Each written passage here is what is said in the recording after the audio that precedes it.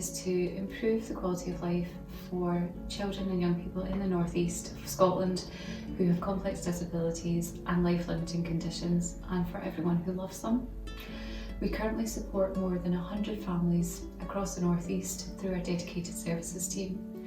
We deliver a variety of services, fully accessible activities and projects to enable families to gain confidence, engage socially and enjoy activities together, sharing information and accessing both emotional and practical support when they need it most. The COVID pandemic has presented quite exceptional challenges, both for us as a charity and for the families that we support. The children we support are often extremely vulnerable to infection, and even a common cold can have very serious implications. While shielding according to government guidelines has served to protect their physical health, it has had major implications for their and their families' mental health. As a charity that aims to combat isolation, knowing that families were going to be faced with prolonged periods of enforced isolation was heartbreaking. We knew that there would be a significant impact, and we knew that we needed to act. Our fears were well founded. Between April and August 2020, we saw demand for our services increase by 84%, with a particular increase on emotional support for carers and for siblings. At the same time, our income decreased by 70%, largely due to restrictions on large social gatherings, which we traditionally rely on for fundraising. Our team have responded to the challenge with creativity and absolute determination. Unable to provide hands-on activities, we very quickly moved our services online, providing a range of activities as well as emotional and practical support. We've been delighted to find that families have embraced the new format, with many saying that there are elements that they would like to see retained, even when it is possible to return to face-to-face services. With so many people across the world being forced to isolate, it has brought global focus on technology for good and use of technology to combat isolation. And that has opened up a whole host of new possibilities for the families that we work with that we were really keen to capture. I'm going to pass over now to my colleague Lee, who's going to explain just a little bit more about how we've achieved that and the impact that that has delivered. At a time where families are being shielded and isolated from the world, where they can no longer have paid carers come to the family home or close family friends come and pop round to help out or visit, technology has been a lifeline for families. Everything from the practicalities of the pharmaceutical or medical supplies delivered to their own house, online food shopping, even online medical clinics, a whole new way to communicate with loved ones, for children to see friends, for the social aspect, and also for schooling purposes. Technology has been a lifeline for families we support. When lockdown first began, we knew we had to turn around an entire service that is all about the physicality of being with families, providing activities to the whole family, providing practical and emotional support, and pre and post bereavement support. And we turned this around in one day to ensure a seamless transition for the families we support. Firstly, sending out isolation packages to families, but that was only the beginning.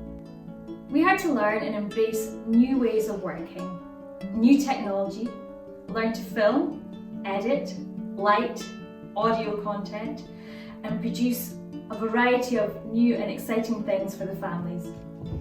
We produced Sensory Saturdays, which was filmed activities using items sourced within the home. We filmed practical techniques on therapeutic help, on how to manage worries and emotions during uncertain times. Until then, we knew nothing about how to do this, and we didn't even have the equipment.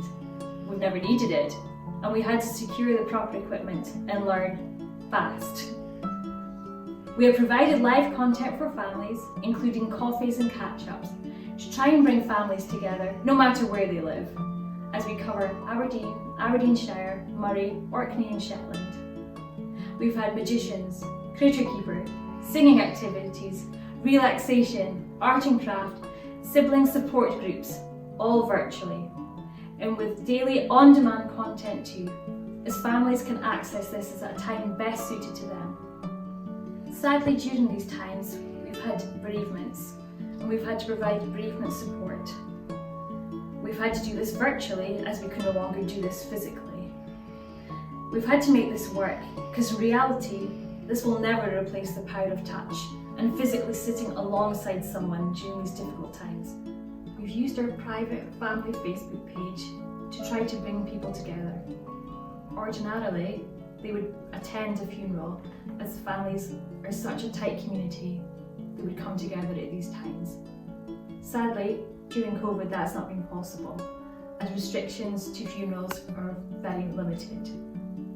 So with that in mind, we wanted to do something to enable the families to remember the children we've lost.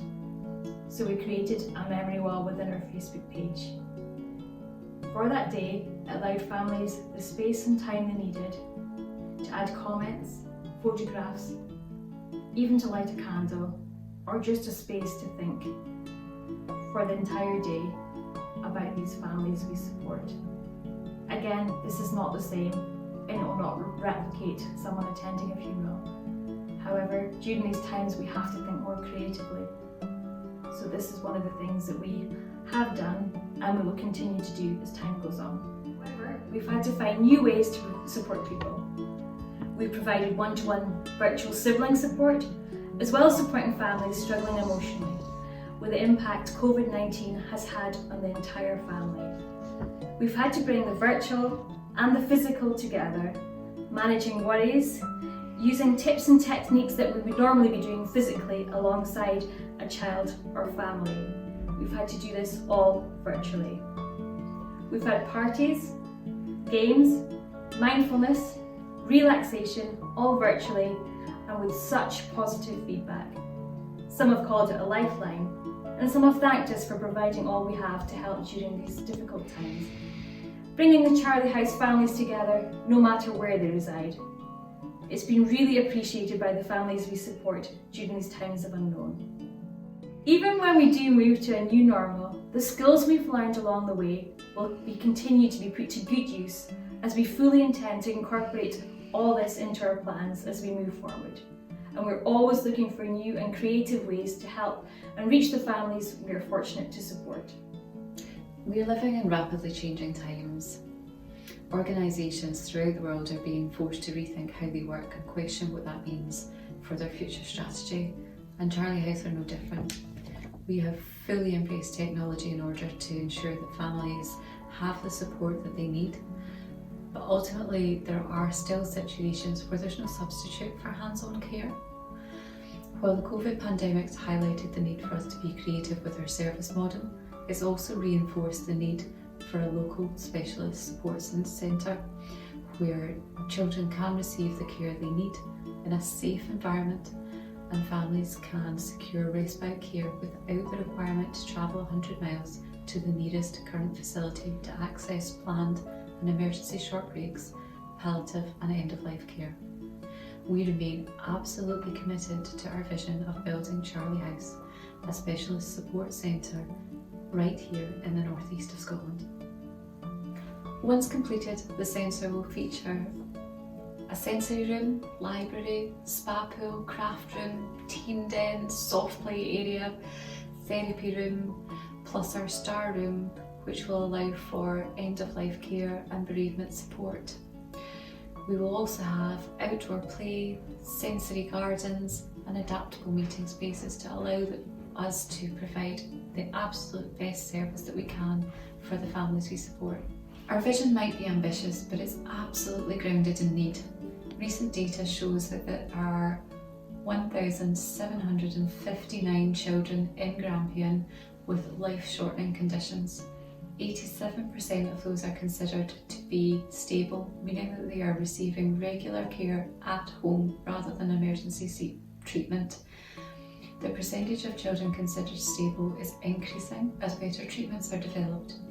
While that's clearly a good thing, it's important to remember that even when stable, children with complex disabilities and life-threatening conditions still require 24-hour care and constant support.